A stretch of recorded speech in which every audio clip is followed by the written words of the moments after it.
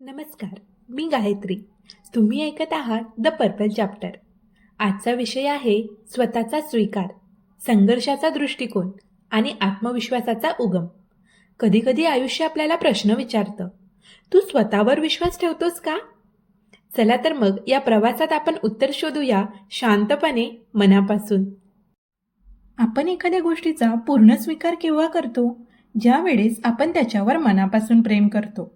तुमची पहिली सायकल आठवा, तुमचं पहिलं घर आठवा, पहिली नोकरी आठवा, पहिला पगार आठवा. ज्या गोष्टीवर तुम्ही मनापासून प्रेम केलेलं असतं त्या गोष्टी तुम्ही पूर्णपणे स्वीकारता. मग प्रश्न येतो, आपण स्वतःला पूर्णपणे का स्वीकारत नाही? आपले स्वतःवर किती प्रेम आहे? तुम्हाला विचारले की तुम्हाला तुमच्या स्वतःच्या चेहऱ्याविषयी काय वाटतं?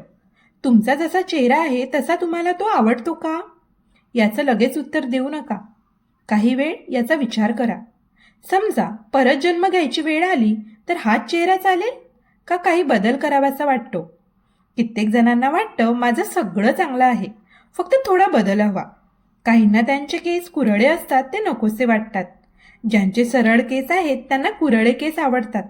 काहींचा रंग गोरा असतो, त्यांना वाटतं थोडा काळा हवा, सावळा हवा. काहींना नाक जरा अजून सरळ हवं असतं. काहींचे कान त्यांना आत हवे असतात. आपण आपल्या चेहऱ्याला 100% स्वीकारले का? खूप जण आरशात बघून स्वतःला म्हणतात, माझं सगळं छान आहे हो, फक्त मी नाकात थोडा मार खाल्ला. नाक जरा सरळ असतं ना. हे जर असं असतं ना या वाक्यामुळे ते अडकलेले असतात. खरं तर तुमचा चेहरा म्हणजे तुमचं व्यक्तिमत्व नाही. त्या चेहऱ्यात, त्या मनात, त्या दृष्टीत काय आहे हे महत्त्वाचं. स्वसंघर्ष. साधारणपणे 1998 मधली गोष्ट असेल. पिंपरी चिंचवडमध्ये मी कार्यशाळा घेत होतो. तिथे एक अमोघ नावाचा मुलगा आला होता. त्याची समस्या होती की तो स्वतःला स्वीकारू शकत नव्हता. त्याला जेव्हा सांगितलं की तुमचं शरीर हे तुमचं व्यक्तिमत्व नाही, सचिनची उंची कमी आहे म्हणून त्याच्या व्यक्तिमत्वात कमीपणा येत नाही, नाना पाटेकरांचं व्यक्तिमत्व हे त्यांच्या रंगावर अवलंबून नाही, तसेच रजनीकांतसारख्या सुपरस्टार हा कधीही आपलं वय लपवत नाही, जेव्हा कधी तो पत्रकारांसमोर जातो तेव्हा स्वतःचे केस लपवत नाही, त्याला अनेक उदाहरणं दिली. 2 दिवसांनी सर्व कार्यशाळेसमोर अमोघ आला. कार्यशाळा सुरू होण्याअगोदर त्याने स्वतःबद्दल सांगायला सुरुवात केली. तो म्हणाला, माझं नाव अमोघ, मी मूळचा कलकत्त्याचा, कामासाठी मी दिल्लीला गेलो. अमोघ सांगत होता की दिल्लीत त्याला काम मिळालं, कायमची नोकरी मिळाली, चांगल्या पगारावर तो काम करू लागला.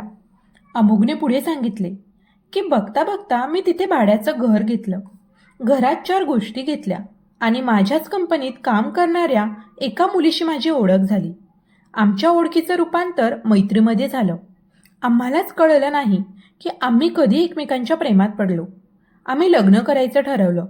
सुरुवातीला घरून थोडासा विरोध झाला, कारण मी कलकत्त्याचा, ती दिल्लीची, पण घरच्यांनी नंतर दोघांना होकार दिला. अंदाजे 6-8 महिन्यांनी आमचं लग्न ठरलं. अमोघ सांगत होता, त्या 6-8 महिन्यांमध्ये मी एकदा आजारी पडलो. मी इतका आजारी पडलो की जवळपास 1 महिना मला दवाखान्यात ॲडमिट व्हावं लागलं. दवाखान्यात ॲडमिट झाल्यानंतर 1 महिन्यानंतर मी बरा होऊन घरी आलो. त्यावेळी शारीरिक रूपाने मी बरा झालो होतो, पण औषधांच्या परिणामामुळे माझ्या डोक्यावरचे सर्व केस गेले होते. त्यावेळेस मला डॉक्टरांनी सांगितलं की आता हे केस बहुतेक परत येणार नाहीत. मी फारच कुरूप दिसत होतो. मला स्वतःला आरशात बघायला नको वाटत होतं.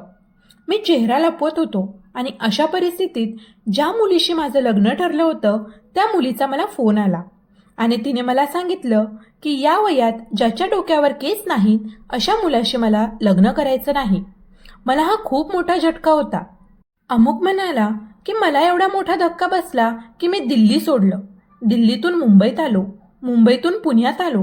अमोघच्या डोळ्यात पाणी जमा झालं होतं. अमोघ म्हणाला, 1 वर्ष मी फिरतोय, स्वतःपासून पडतोय.